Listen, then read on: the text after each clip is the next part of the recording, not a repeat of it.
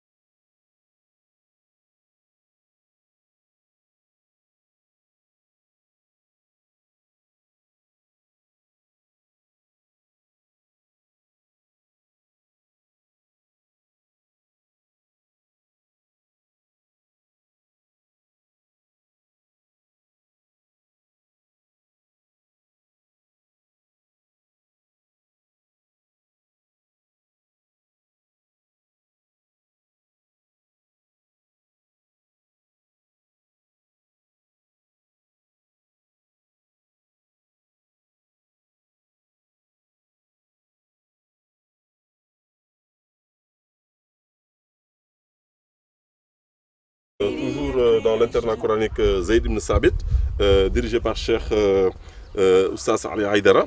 Donc ici, on est dans ce qu'on appelle un bis, c'est le dernier bis dans le langage donc, des puisatiers. Donc tout à l'heure, vous aviez vu comment on avait commencé à préparer ça, donc avec un mélange de fer, de ciment et de sable. Et donc ça sert à quoi? Ça va finir comme ça, on va le sortir pour que ça sèche. Eh bien, lors des derniers, donc comme on a dit, c'est le dernier bis. Donc on va le mettre à chaque fois qu'on va creuser maintenant. Maintenant qu'on a atteint l'eau, on est maintenant au niveau de la nappe. Donc on va encore creuser, on va continuer de creuser. Et à chaque fois qu'on va creuser, on va introduire ces éléments-là, ces cylindres-là, pour bloquer cet accès à l'eau-là. Donc c'est vraiment magnifique. Il est en train juste d'aménager les derniers trucs. Donc Inch'Allah Ta'ala, nous espérons être là. On va revenir dans les jours qui viennent pour pouvoir avoir de l'eau potable et voir. Donc Ndiaye, vraiment barakallahu fik. Hein? Vraiment barakallahu fik. Content. Toute la France est contente. Hein?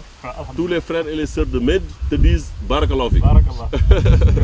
Machallah. Très professionnel. Très professionnel. Voilà. Même à l'eau, mën a génn. Bismillah. Voilà. Ok. Alhamdulillah. liggéey bi sax na rafet na waaw kon suba rek incha allah bu ñu xëyee rek ñëw. waaw 3 jours wala 4 jours.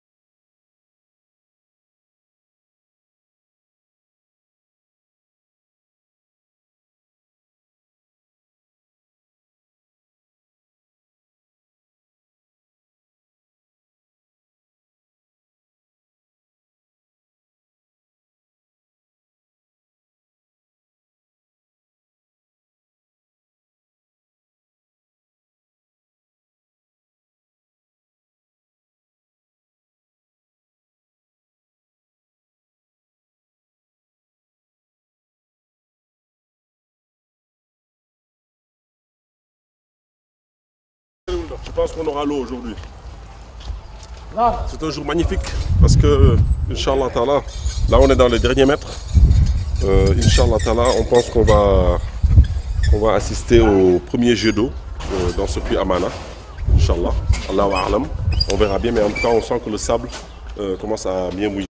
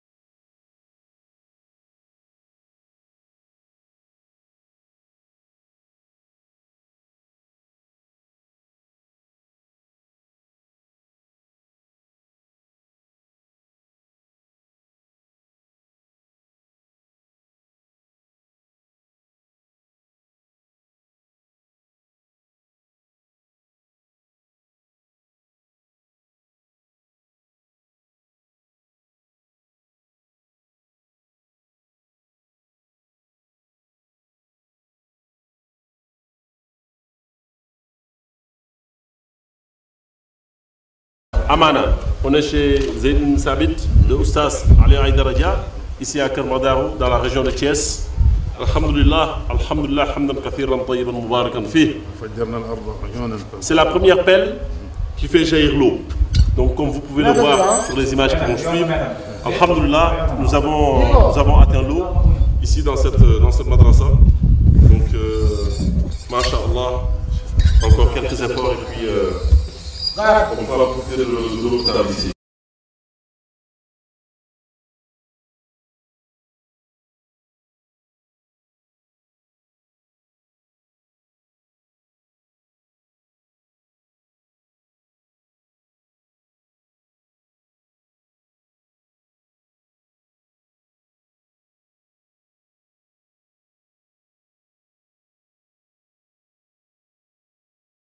Ça, c'est le premier pot d'eau, comme vous le voyez ici. Bien sûr, pour l'instant, l'eau n'est pas encore potable parce que c'est mélangé avec un tout petit peu de sable. Mais alhamdulillah, aujourd'hui, le 1er mars 2016, ici à Kermadarou, chez Oustaz Ali Haïdara, on assiste donc à notre ni'ma encore parmi les ni'ma d'Allah subhanahu wa ta'ala, devant Abou Salima, Mohamed Diop, le cheikh lui-même de la madrasa, le moudir de cette école, et Abdul Wahid qui est derrière la caméra. Alhamdulillah Rabbil Alamin, on a de l'eau pour le puits Amana, et bien sûr avec son verger qui va juste suivre, et son potager même qui va suivre dans cette école-là, dans cette école qui est une école modèle, une école exemplaire. Le puits, on dit Alhamdulillah. Donc moi, ce que je vais faire, c'est tout de suite Sujoud Shukr, Inch'Allah Ta'ala. Barakallahu fikum. Amana, Amana, Amana, pour les enfants de Zaid ibn Sabit.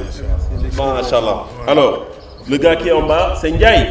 Oui. Bravo. Vraiment, Masha'Allah. Merci. Barakallah. Alors, il est en bas, hein. Il va encore voilà, il va continuer de travailler avec son équipe. Bien sûr, ils vont creuser d'autres puits. Comme vous le savez, on ne creuse pas, nous, des puits en simultané. Non, on a fait un à un parce qu'on avance doucement, sûrement, avec une équipe sûre. C'est une équipe, ça fait 30 ans qu'il creuse des puits, donc il a l'expérience. Donc en même temps qu'on a accès à l'eau, il a eu l'intelligence de commencer à préparer les bus qui vont être insérés dans le puits à partir de demain ou après-demain.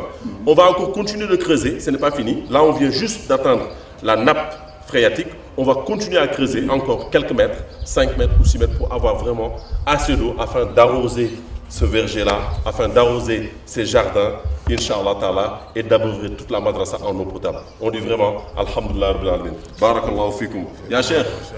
Alhamdulillah. اهلا وسهلا ومرحبا بكم. ما شاء الله ما شاء الله. الله يبارك فيكم. الحمد لله ابو سلمى. اكرمكم الله. ما شاء الله ما شاء الله. الحمد لله. الحمد لله رب العالمين. ما شاء الله ما شاء الله. الحمد لله. Ça, c'est une belle victoire. Alhamdulillah, c'est une belle victoire. Ma sha Allah. Hayak Allah. Hayak Allah. Ma sha Allah. Ma sha Allah. بارك الله ان شاء الله. الحمد لله رب العالمين.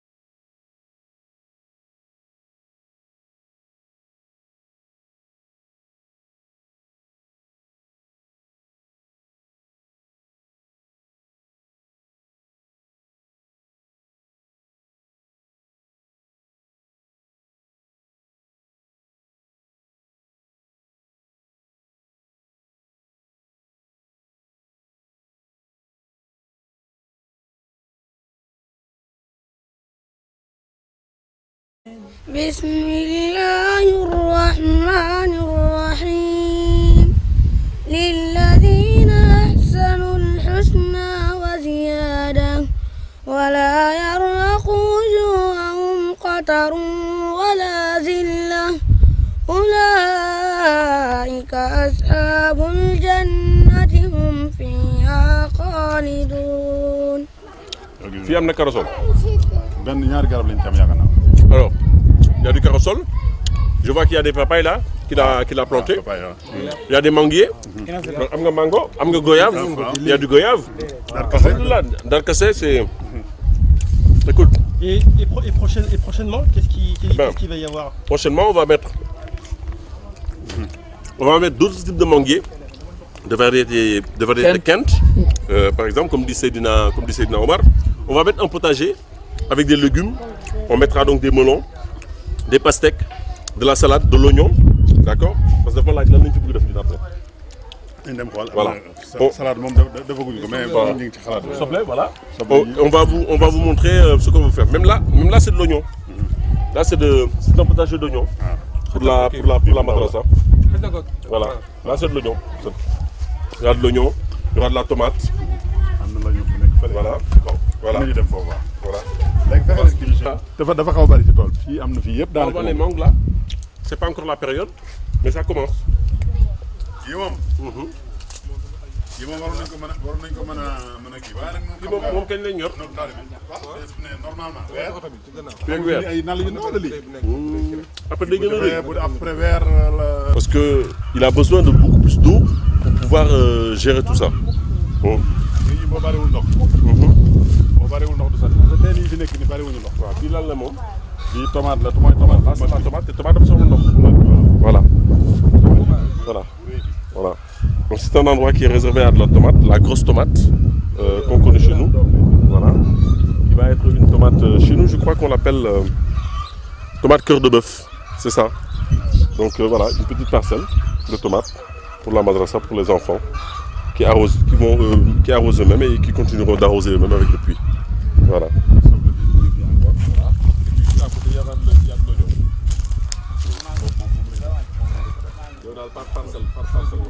waaw parce que xam nga ndox mi bëri woon. ndox mi bëri te bu bëri woon. mën nañ ci def lu bëri bëri bëri. mën nañ ci def lépp ay tool nga xam ne benn taalibe bi rek mën na gérer. Taalibe bu nekk yore parcelle. benn taalibe bu nekk mën na gérer lu toll nii. waaw. doon dara da ngay tànn ci balcon. Ça, c'est les fruits du cajou. D'acajou, voilà. C'est des fruits d'acajou. Voilà. Vraiment, qui viennent tout droit de l'arbre. Ça, c'est vraiment une madrasa modèle. Hein. Même les noix. Voilà, même les noix de cajou, vous les connaissez très bien quand ils sont bien cuits. Hein. Vraiment. On va aller voir l'espace réservé à l'oignon.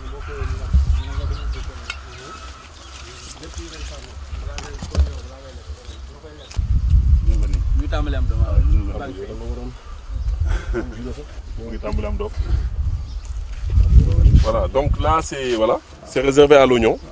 Donc vous voyez, ça pousse très bien. Voilà, il y en a même qui commencent ici, si vous regardez très bien. On commence bien à avoir, vous voyez la tête de l'oignon ici. Voilà, vous voyez. Tu vois Abdul Wahed? Voilà, donc ça pousse très bien. Alors ça, voilà. Alors cette plante-là, c'est le bissap. On l'appelle, ces feuilles que vous voyez, ce sont des feuilles d'oseille. C'est très très riche en vitamine C et autres nutriments. C'est très très bien pour les enfants. On l'utilise chez nous pour la préparation de certaines sauces. Et donc à côté, c'est des oignons. Donc ici toujours, on est dans le potager de Zayd ibn Sabit à Kermadarou, dirigé par Oustaz Ali Haïdara. Donc vraiment, c'est très très très exemplaire. On voit que la maintenance, c'est très bien, c'est bien maintenu, c'est propre, c'est bien rangé. Vraiment, alhamdoulilah. On voit que vraiment c'est... Voilà, là on voit bien que voilà, l'oignon est en train de pousser. Et on voit bien que voilà, en 45 jours, on arrive à avoir quelque chose si vous regardez bien. Voilà. Après ça va être beaucoup plus gros. Donc avec l'eau, ça va être beaucoup plus gros. Mais on voit bien que ça commence à pousser. Voilà. Donc vraiment, on tend bien vers l'autonomie. Là on voit bien que c'est de l'oignon rouge. Là on voit bien que c'est le blanc de l'autre côté là-bas. Voilà. On voit bien ici. Voilà. Regardez bien là. Donc ça pousse très très bien. Vraiment alhamdoulilah. Et puis avec les techniques qu'ils ont bien élaborées ici.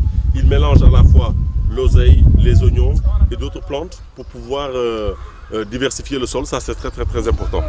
Ne pas avoir un sol monotone. Vraiment, ça fait du baume au cœur. Vraiment, alhamdoulilah. Ah, vous savez pas. Ça fait du baume au cœur. Là, c'est du piment. C'est du piment de jeunes pousses qui vont pousser, comme l'oignon qui est à côté et l'oseille qui est à côté. Donc vraiment, il y a aussi de la tomate que tu vois juste sur ta gauche, Abdul Waheb, sur ta droite, pardon. On voit très bien ici que les tomates commencent à pousser. Voilà. Et on regarde bien, voilà. On voit bien les tomates grappes qui commencent à pousser. Voilà. Tout ça pour l'autonomie de la madrasa. Voilà. Ça, c'est l'objectif de Mate. Avoir des madrasas qui sont vraiment, qui tendent vers l'autonomie en fruits et légumes. Et nous, on continue bien sûr, comme l'avait dit Omar dans un de ses reportages, on continue d'apporter les subsistances de base, c'est-à-dire les céréales et autres. Et on cultive les vergers, comme ça les enfants eux-mêmes.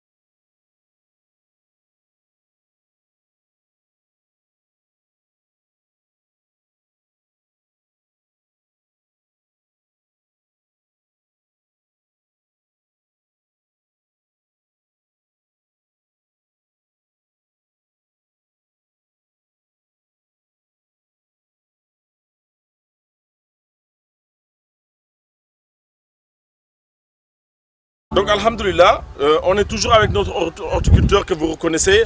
Il a planté l'ensemble des arbres qui étaient à Hidayah, là-bas à Darou Fourqan. C'est lui aussi qui s'était occupé du projet là-bas à Wadan que nous avons appelé Sakina, qui fonctionne très bien, que nous avons inauguré. Et là, nous sommes dans notre troisième projet de puits et verger, ici dans cet internat coranique, Masha'Allah, où le tajwid est très bien connu, à Kermadaro, chez Oussas Halin Haïdaradia. Donc nous avons nos horticulteurs qui sont là. Ils ont déjà planté les arbres fruitiers, avec des papayers, avec des orangers, des citronniers, ainsi de suite. Sachant que cette madrasa avait déjà assez de manguiers. Donc là, on a augmenté en réalité un verger qui est déjà existant. Et là, alhamdoulilah, on a affaire à des légumes. On va donc planter un potager qui va servir pour le repas des enfants, pour l'amélioration de la nutrition de ces enfants-là. Alhamdulillah. Donc Faye, si mes souvenirs sont bons, on a de l'aubergine, oui, on a de la tomate, oui, on a du piment, oui, et on a de l'oignon. Et on a oui, d'autres légumes qu'on va planter ici. Et l'avantage, c'est que les femmes qui cuisinent et les enfants vont venir faire leur propre cueillette, cueillir des légumes qui sont bio. Il n'y a pas de chimie, il n'y a rien ici. Il y a de l'eau, de la plante, et on demande à Allah subhanahu wa ta'ala d'accepter et de donner beaucoup de fruits et beaucoup de légumes à cet internat où apprennent des enfants du Coran, des enfants qui apprennent la parole d'Allah subhanahu wa ta'ala. Barakallahu fi Faye. Donc en attendant qu'on fasse le tour de la madrasa, on va vous laisser continuer le travail avant que Maghreb ne se passe, Inch'Allah. Merci. Barakallahu fi, salam alaikum wa rahmatullahi wa barakatuh.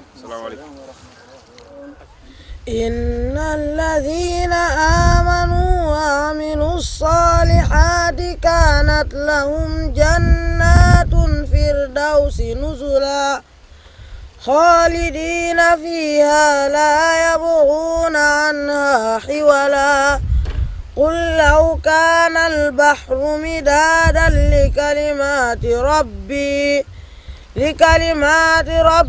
لنفد البحر قبل أن تنفد كلمات ربي ولو جئنا بمثله مددا قل إنما أنا بشر مثلكم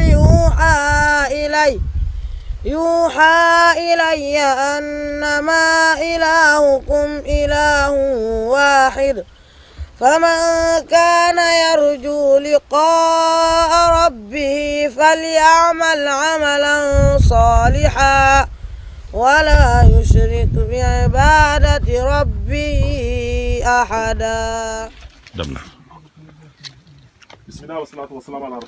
Nous sommes ici donc dans la madrasa Zayd ibn Sabit pour inaugurer notre troisième projet de puits et verger dénommé Amana. Pourquoi Amana? Parce que ce projet a été fait en collaboration entre MAID et Amana Project à 100%. Donc vraiment, alhamdoulilah, ici nous sommes là en face de nos chours, de nos oustas, pour inaugurer ce puits qui a été creusé par l'équipe de MAID ici présente. On en profite pour vous montrer le matériel qui leur a été livré pour les prochains puits qu'ils vont creuser, avec des casques, avec des lunettes, avec des bottes et avec des chemises qui leur permettent, et avec des sangles pour leur sécurité. Donc on va juste demander à Oussas Hamza d'ouvrir le panneau, donc Inch'Allah, pour pouvoir voir ce qui a été inscrit dessus. Voilà. Machallah. Donc Kader, vraiment, barakallahu fik, toi et l'ensemble des frères de jeunes.